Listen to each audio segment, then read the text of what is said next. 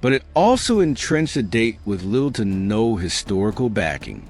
If not December 25th, then when was Jesus really born? The Bible does offer subtle but important clues. Luke 2 verse 8 tells us that shepherds were living out in the fields nearby, keeping watch over their flocks at night.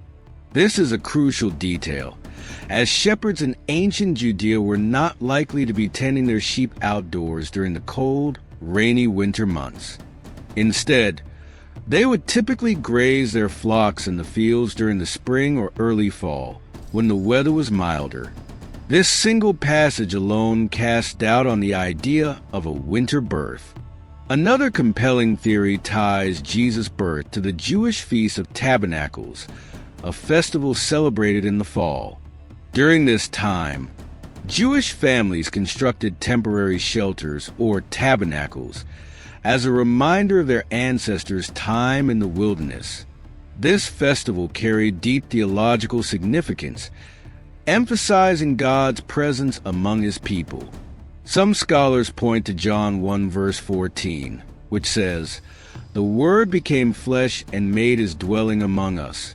The Greek word for dwelling, used here, can also mean tabernacling, leading some to believe that John was intentionally linking Jesus' birth to this festival. If this interpretation holds true, it would place Jesus' birth in the autumn. But the most intriguing clue might come from the heavens themselves.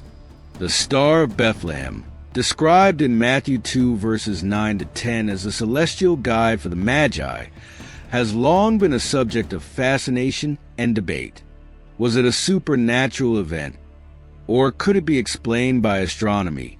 Some historians and astronomers suggest that the star may have been a planetary conjunction, where two or more planets align closely, appearing as a bright, singular light in the night sky.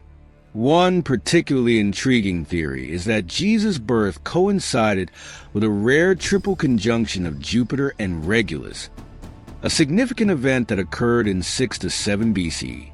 Jupiter, associated with kingship, and Regulus, often called the King Star, together symbolize the birth of a divine ruler.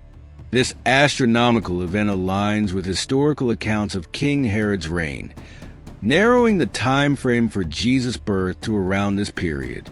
Adding further complexity to the timeline is the census mentioned in Luke 2, which brought Mary and Joseph to Bethlehem,